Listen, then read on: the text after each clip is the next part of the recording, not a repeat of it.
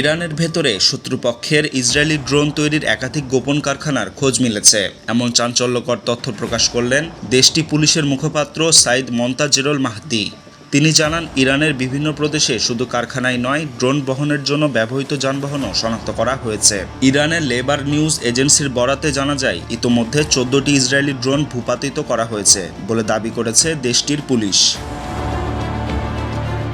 এই ঘটনার মাঝেই প্রেসিডেন্ট মাসুদ পেজেশকিয়ান মন্ত্রিসভার সঙ্গে জরুরি বৈঠকে বসেছেন। গত 18 জুন সকালে প্রেসিডেন্ট ভবনে অনুষ্ঠিত ওই বৈঠকে উপস্থিত ছিলেন first vice president Mohammad Reza Aref সহ সরকারের শীর্ষ কর্মকর্তারা।